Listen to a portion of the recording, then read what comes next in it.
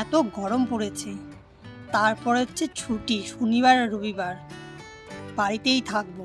জানো, দিনটা খুব ঠান্ডা ঠান্ডা কাটে। তার জন্য আমি তৈরি করে ফেললাম আজকে রাতে পান্তা ভাতের রেসিপিটা। তাই ভাবলাম আপনাদের সঙ্গেও শেয়ার করি। আমার মতো কার কার পান্তা ভাত ভালো লাগে আমাকে কমেন্ট করে বলবেন। আমার তো খুব ভালো লাগে। তাই শুক্রবার রাতে আমি পান্তা ভাতের একদম পুরো রেডি করে ফেললাম, আপনাদের সঙ্গে শেয়ার করলাম। নমস্কার, আমি পলাশ বলছি। পলাশ কিচেন বেঙ্গলে আপনাদের সবাইকে স্বাগত। এই হলো পান্তা ভাতের সমস্ত উপকরণ।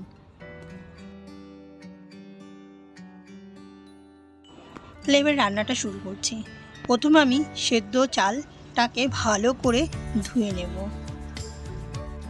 আজকে শুক্রবার, এখন বাজছে রাত্রি 9টা। আমার ডিনার হয়ে গেছে, আমি 8টার মধ্যে ডিনার করে নিই। তো ডিনার হয়ে গেছে, যেহেতু কালকে শনিবার ঘরেই থাকবো, তার জন্য আমি রাতে করে রাখছি এটা। চালটা আমার ধোয়া হয়ে গেছে, এবার মাপ মতো জল দেব। এখানে আমার ছোট 2 গ্লাস চাল ছিল, তাই ঠিক ওই মাপে আমি জল দিয়ে নিলাম। বেশি জল দিলে কুকার থেকে বেরিয়ে আসবে, তাই 4 পার জল দিয়েছি। এবার গ্যাসটা অন করে গ্যাসটাকে মিডিয়াম ফ্লেমে রেখে দেব। একটা সিটি দিলে কুকারটা বন্ধ করে দেব। সিটি চলে এসেছে, এবার কুকারটাকে বন্ধ করে দেবো। যখন ঠান্ডা হয়ে যাবে তখন কুকারটা খুলব। তো কুকারটা ঠান্ডা হয়ে গেছে, এবার ভাতটা একটা কাঁচের বাটিতে বার করে নেব।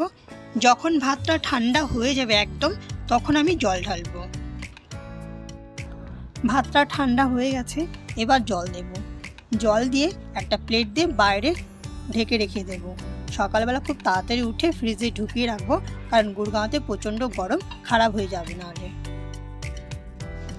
শনিবার সকালবেলা আপনাদের খুলে দেখাচ্ছি ভাতটা কেমন হয়েছে। এই দেখুন, একদম ঝরঝরাই রয়েছে।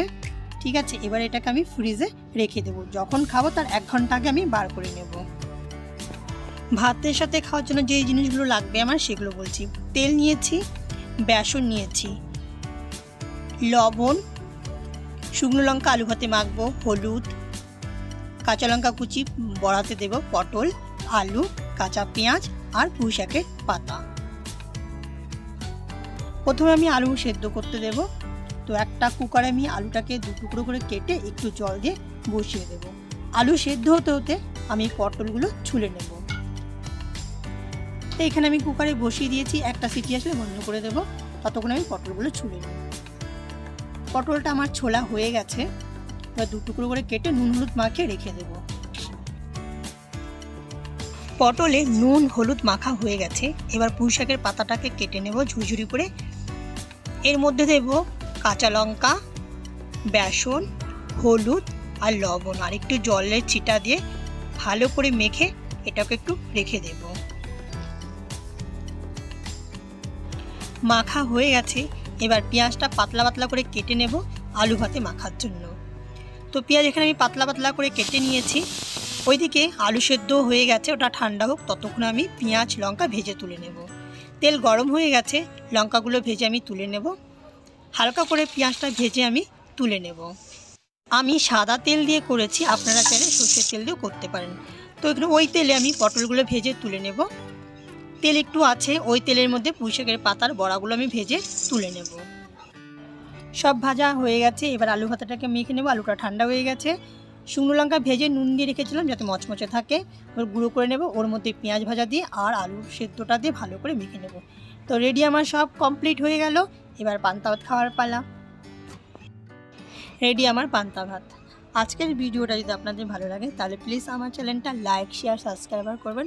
আবার আপনাদের সঙ্গে দেখা হবে নতুন একটা রেসিপির সাথে পরবর্তী ভিডিওতে। পুরো ভিডিও দেখার জন্য আপনাদের অসংখ্য ধন্যবাদ। ওকে ফ্রেন্ড, টাটা।